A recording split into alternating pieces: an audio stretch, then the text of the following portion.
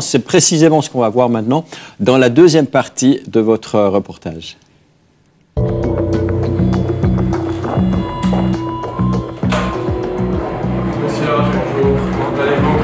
Daniel Bréchef est aujourd'hui un lèche-vitrine un peu particulier. En tant qu'assureur, ce ne sont pas les montres qui l'intéressent, mais plutôt tout ce qui peut les protéger des voleurs.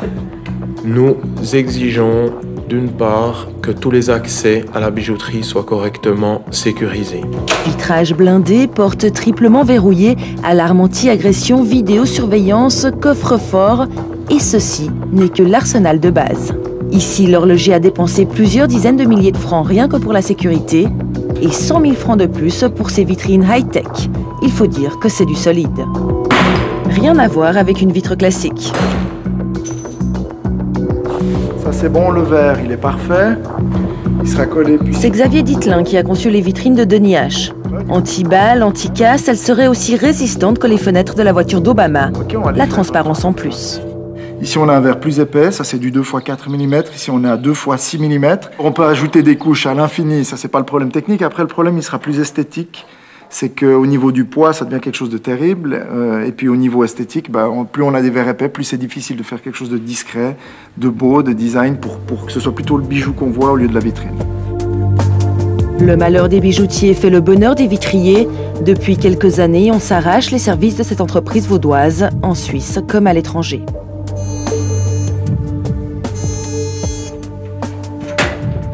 Il y a deux demandes qu'il faut différencier. On a les grands groupes horlogers ou de bijouterie qui ont des normes de plus en plus strictes, mais ça date depuis 5 ans. C'est la pression des grands groupes d'assurance. Et puis on a les bijoutiers indépendants qui effectivement ont eu des braquages et puis des gros problèmes. Et ils sont devenus très vigilants à ce niveau-là. Ils nous demandent d'avoir une sécurité accrue dans leur magasin. Monsieur H, si possible, ça serait bien de pouvoir verrouiller. On a beau être blindé, les yeux sont souvent plus gros que le ventre. Alors, pour couper l'appétit des malfaiteurs, chaque soir, c'est le même rituel. L'horloger vide ses vitrines, tant pis pour l'image de marque. Ça enlève une belle image de la ville, de la vieille ville, et de la réputation qu'a Genève de capitale horlogère. C'est dommage pour les touristes. On doit s'adapter à l'époque. Et les assurances imposent ça. Donc le coffre-fort, le nouveau... Chaque année, Denis H verse 7 000 francs à son assurance. Le montant de ses primes est fixé en fonction du niveau de sécurité. Mais après chaque cambriolage, il est réajusté. Que je puisse noter ça dans mes dossiers. Personnellement, j'ai jamais dû résilier un contrat d'une bijouterie ou d'une horlogerie. Mais j'imagine très bien qu'après 3, 4, voire 5 sinistres consécutifs sur une période donnée, nous devrions prendre peut-être des mesures et pourquoi pas en arriver peut-être à se séparer d'un client. Ceci n'est pas une fiction. Nous sommes à la Bahnhofstrasse à Zurich, en pleine attaque à la voiture bélier. En 2001, la bijouterie Les Ambassadeurs a subi 2 attaques du genre avec à chaque fois un butin de plus d'1 million. Les assureurs n'ont pas laissé passer. Après le deuxième cas, ils nous ont arrêté le contrat et ils nous ont fait un nouveau contrat avec des primes qui étaient 4 fois autant. De 300 000, les primes ont donc grimpé à 1,2 million de francs par an. Face à la hausse des cambriolages, les assureurs, eux aussi, veulent se couvrir. L'assureur met une pression, mais elle est indirecte. C'est d'abord la criminalité qui met la pression. Et effectivement, l'assureur doit répondre à cette criminalité et on aura certaines exigences de sécurité.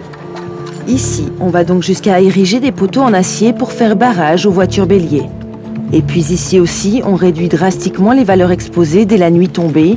Plus qu'1 million le soir contre 5 pendant la journée. À 18 h donc, les vitrines se dénudent. Et 2 heures plus tard, c'est la fin du spectacle. Fini le lèche-vitrine de nuit. Je suis sûr qu'on a perdu de l'attractivité, ça c'est sûr. Mais c'était un moment où on a dû prendre une décision où est-ce qu'on veut être attractif pour les touristes, mais en même temps pour les malfaiteurs, ou alors on élimine ce risque. Et puis la décision, elle était claire. Les bijoutiers ont fait de gros efforts pour s'équiper de systèmes d'alarme qui, la nuit, empêchent pratiquement les cambriolages. Par contre, contrairement à la banque qui n'est pas obligée de montrer ses billets, l'horloger, lui, doit montrer ses valeurs. Et c'est là la petite faiblesse. Et c'est pendant la journée, en général, qu'on a constaté une augmentation importante des cambriolages. avec le risque d'un regain de violence physique. Sur les 366 vols en bijouterie recensés l'année passée en Suisse, 2 tiers se sont déroulés de jour. Déjà nues et blindées la nuit, les boutiques ressemblent de plus en plus à des forteresses, même pendant la journée.